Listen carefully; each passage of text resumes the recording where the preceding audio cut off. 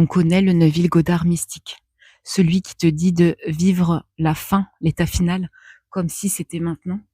Mais est-ce que tu savais qu'il répétait en boucle une astuce qu'on a tous joyeusement ignorée? Je te la révèle, mais prépare-toi, c'est moins glamour que prévu. Quand j'ai découvert Neville, j'étais en feu.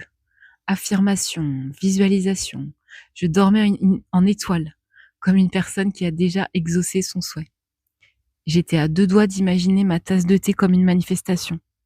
Mais au bout de 3 semaines, rien. Toujours pas d'abondance, pas d'amour, pas de licorne volante. Seulement moi, un peu vexée, avec un carnet Moleskine à moitié rempli. Et là, en relisant Neville, je tombe sur une phrase percutante. Il faut persister dans l'état d'être, même quand tout autour de toi dit le contraire. Pardon? Donc, ce n'est pas la visualisation qui compte.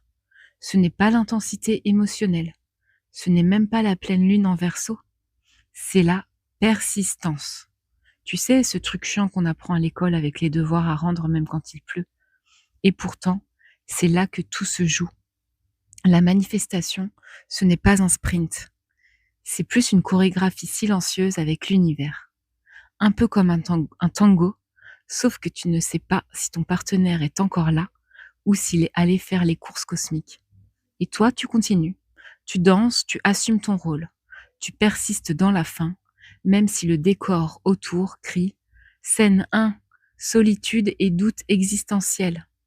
Donc non, tu n'échoues pas. Tu fais une pause, un peu trop longue.